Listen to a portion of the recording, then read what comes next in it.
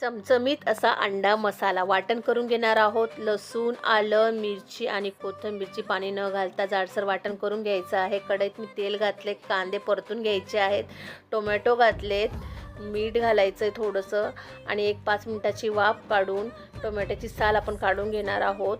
त्यात मी आता जे वाटण केलं ते घातलं आहे, वाटण परतून घ्यायचं आहे। त्यात आता धने पावडर, मिरची पावडर, हळद घातली, किचन किंग मसाला घातला, मसाले परतून त्यात मी पाणी घातलंय। आता आपण ग्रेव्ही शिजू देणार आहोत। अंड्यांना कट मारून घ्यायचा आहे, अंडा आपण फ्राय करून घेणार आहोत।